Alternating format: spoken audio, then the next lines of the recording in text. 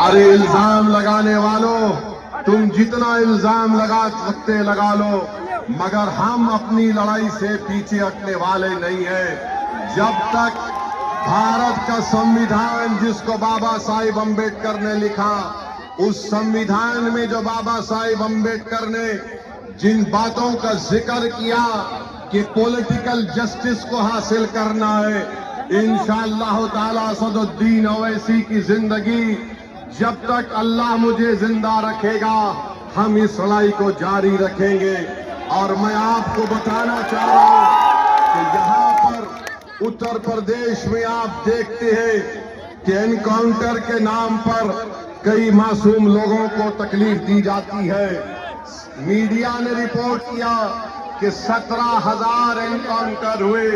बताइए, संविधान rule of law की बात करता है, संविधान रूल बाय गन की बात नहीं करता। संविधान के बरखिलाफ अगर कोई काम करता है तो ये अनकॉन्स्टिट्यूशनल है।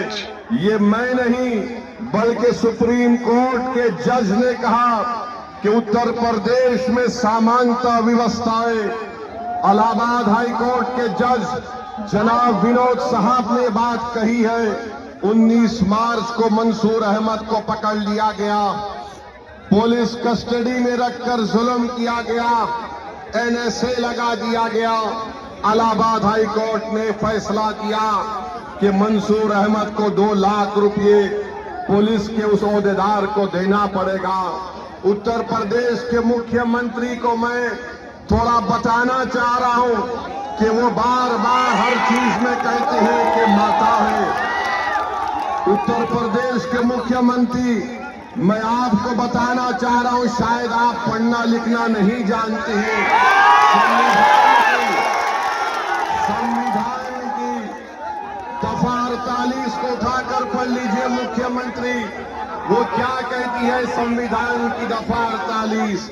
राष्ट्रीय कामधेनु आयोग, राष्ट्रीय गोकुल मिशन क्या है?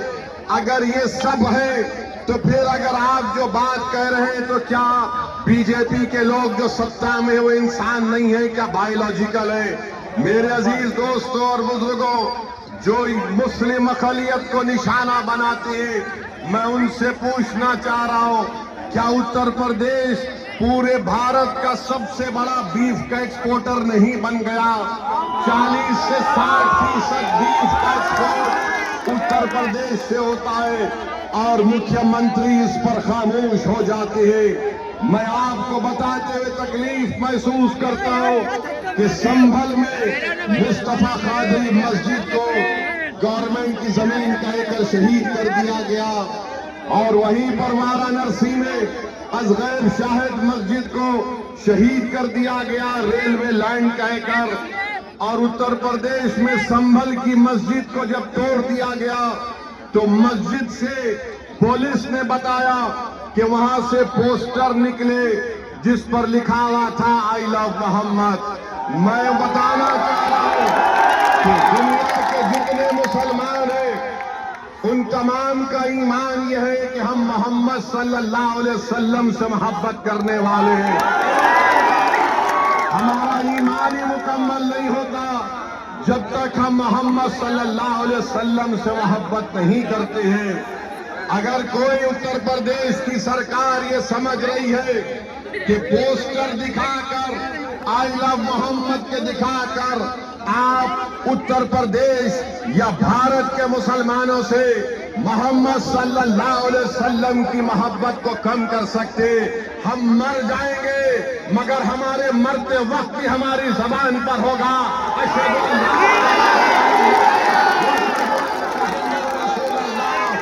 अरे पोस्टर दिखाने से मोहब्बत कम नहीं होगी। तुमने हम पर एक बहुत बड़ा एहसान कर दिया। जिन पुलिस के ओहदेदारों ने मोहम्मद आई लव मोहम्मद का पोस्टर दिखा दिया, हम पुकार कर कहेंगे कि अल्लाह तू गवाह और शाहिद रहना कि हमारे तेरे घर से हमने तेरे हबीब मोहम्मद सल्लल्लाहु अलैहि वसल्लम के मोहब्बत का जिक्र किया। अरे क्या करना चाहते हो तुम लोग? भारत के संविधान में आर्टिकल 25 है फ्रीडम ऑफ रिलीजन है, मुझे अपने मजहब पर चलने की आजादी है। और शेख मुजद्दिद अल-फ़ैतानी रहमतुल्लाह अलैह ने कहा था कि मैं मुसलमान इसलिए हूं क्योंकि मोहम्मद रसूलुल्लाह सल्लल्लाहु अलैहि वसल्लम ने मुझे इस्लाम सिखाया। तो ये जुल्म हो रहा है मेरे अजीज दोस्तों और बुजुर्गों, मेरे अजीज दोस्तों और बुजुर्गों। फिर आप जानते हैं कि आए दिन कहीं ना कहीं वाकयात होते हैं। मैंने 2 दिन पहले उत्तर प्रदेश के मुख्यमंत्री का एक वीडियो देखा जिसमें उत्तर प्रदेश के मुख्यमंत्री ने कहा कि बेटी सबकी होती है, चाहे किसी समाजवादी पार्टी के नेता की क्यों ना हो। हम उत्तर प्रदेश के मुख्यमंत्री से कहना चाह रहे हैं, अगर समाजवादी पार्टी के नेता की बेटी को आप बेटी समझते हैं तो मुजफ्फरनगर कांड में ऐसे कई मुस्लिम महिलाओं की रेप हुआ था, अस्मत रेजी हुई थी, बलात्कार हुआ था। क्या उत्तर प्रदेश के मुख्यमंत्री उन 6 मुस्लिम महिलाओं को जिनको अभी तक इंसाफ नहीं मिला, क्या उनको अपनी बेटी समझकर वो उनको इंसाफ दिलाएंगे? इसका जवाब उत्तर प्रदेश के मुख्यमंत्री को देना पड़ेगा। और फिर मैनपुरी में मई की 20 तारीख को वारिस अली को कत्ल कर दिया गया। वारिस अली की बेटी सोहरीला उत्तर प्रदेश के मुख्यमंत्री से कह रही है कि मुझसे इंसाफ करो। देखना यह है कि क्या उत्तर प्रदेश के मुख्यमंत्री इंसाफ करेंगे या नहीं करेंगे। मेरे अजीज दोस्तों और बुजुर्गों, मुझ पर इल्जाम लगा दिया जाता है। आज हम आपकी इस मुबारक सरजमीन को आ रहे थे, ये बहादुरों की सरजमीन है बहरेच और मकेरा। तो ये समाजवादी पार्टी के लोग ये कहना शुरू कर दिए कि असदुद्दीन ओवैसी आएगा तो भाजपा को फायदा होगा। बताओ अखिलेश यादव, बिहार में तुमने अपने 5 सांसद को भिजाया था कि ओवैसी ना जीत पाए।